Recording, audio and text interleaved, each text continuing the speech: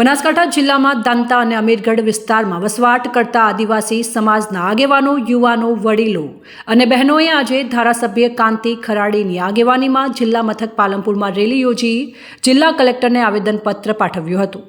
આદિવાસી સમાજના યુવાનોને જાતિના દાખલા કઢાવવામાં પડતી મુશ્કેલીઓને લઈને આજે આદિવાસી સમાજ દ્વારા વિરોધ પ્રદર્શિત કરવામાં આવ્યો હતો। આદિવાસી સમાજના લોકોને જાતિના દાખલા કઢાવવામાં 1950 પહેલાંનો રહેઠાણ પુરાવો માંગતા આદિવાસી સમાજના લોકો મુશ્કેલીમાં મુકાયા છે। આજે રોષે ભરાયેલા આદિવાસી સમાજના 1000થી વધુ લોકો પાલનપુર ખાતે પહોંચ્યા અને પાલનપુરના રામપુરા ચોકડી ખાતેથી રેલી યોજી આદિવાસી એકતા જિંદાબાદના નારા સાથે જિલ્લા કલેક્ટર કચેરી ખાતે પહોંચ્યા અને જિલ્લા કલેક્ટર કચેરીના પ્રાંગણમાં ધામા નાખી સામાજિક ધૂન કરી વિરોધ પ્રદર્શિત કર્યો હતો।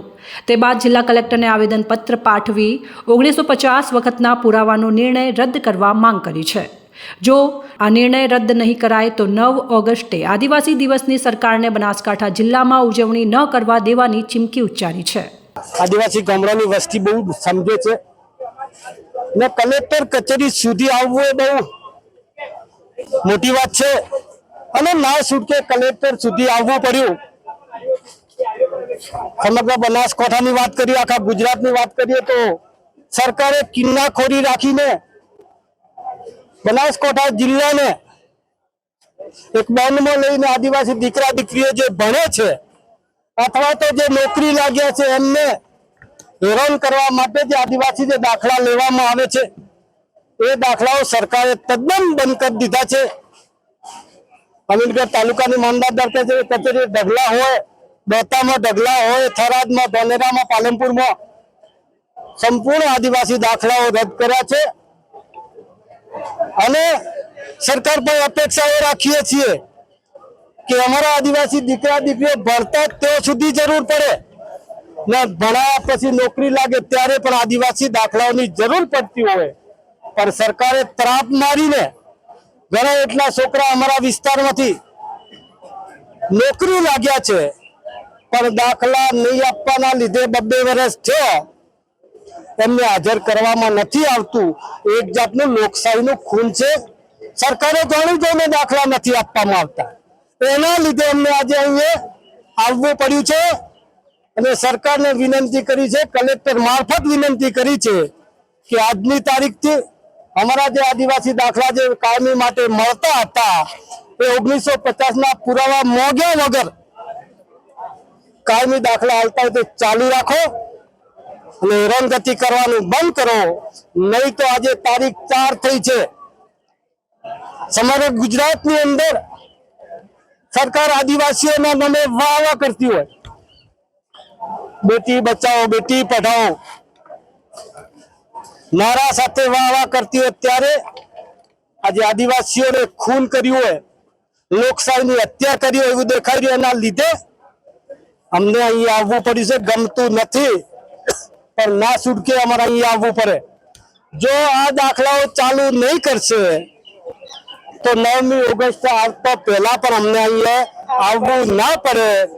અમે અપેક્ષાઓ રાખીએ કે ફરીથી આવવું ના પડે, એના પહેલા દાખલાઓ ચાલુ કરે ને જો ચાલુ નહીં કરશે તો સરકારને વિનંતી કરીએ છીએ, સરકારને ચેતવણી આપીએ છીએ કે અમે 9મી ઓગસ્ટે સરકાર મારફતે ઉજવણી નહીં કરવા દઈએ।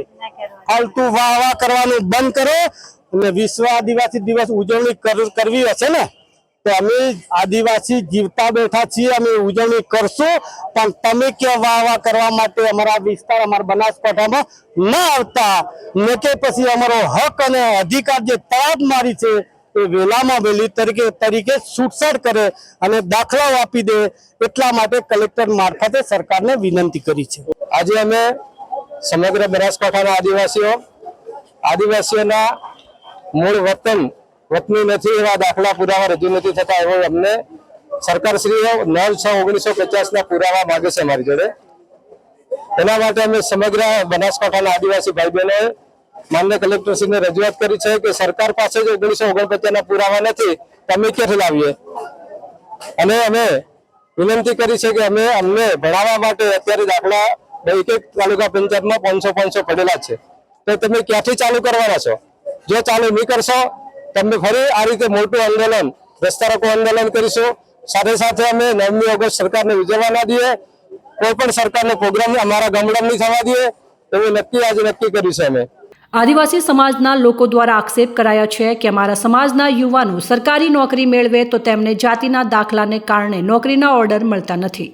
ત્યારે અત્યારે તો આદિવાસી સમાજના લોકોએ જિલ્લા કલેક્ટરને રજૂઆત કરી આ નિર્ણય રદ કરવાની માંગ કરી છે. પરંતુ હવે સરકાર આદિવાસી સમાજની આ માંગ સ્વીકારે કે પછી આદિવાસી સમાજના લોકો વિશ્વ આદિવાસી દિવસની સરકારી કાર્યક્રમની ઉજવણીનું બહિષ્કાર કરે છે તે જોવું રહેશે.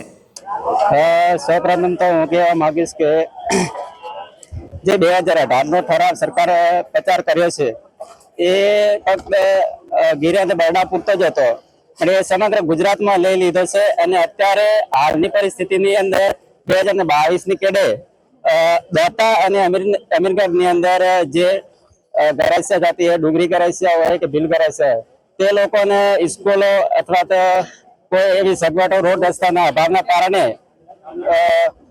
એ શાળાઓની અંદર ભણી શક્યા નથી અને શાળાની અંદર રેકર્ડ પણ મળતા નથી.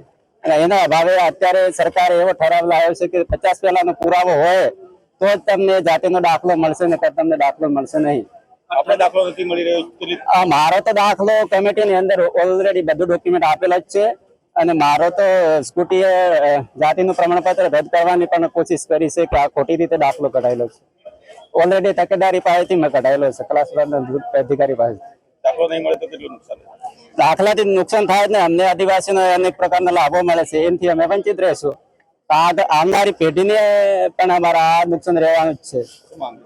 માંગ તો એવી છે કે આ નિયમ સરકાર કાઢી નાખે અને 1970 ની અંદર જે નવો જે બંધારણીય સુધારો છે એના હિસાબે લેવામાં આવે ને 40 થી 50 વર્ષ પૂરતા જ પુરાવા રાખવા આવે. ના આવે તો ચલાવવું જોઈએ, અભણ હોય તો ચલાવવું જોઈએ. સરકારી પરીક્ષા સરકારી ઓર્ડર મને લગભગ 2-3 વર્ષ જેવા થઈ ગયા છે.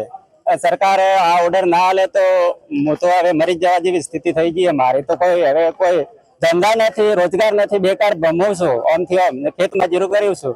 શું કરવા ગ્રામ સેવક ની અંદર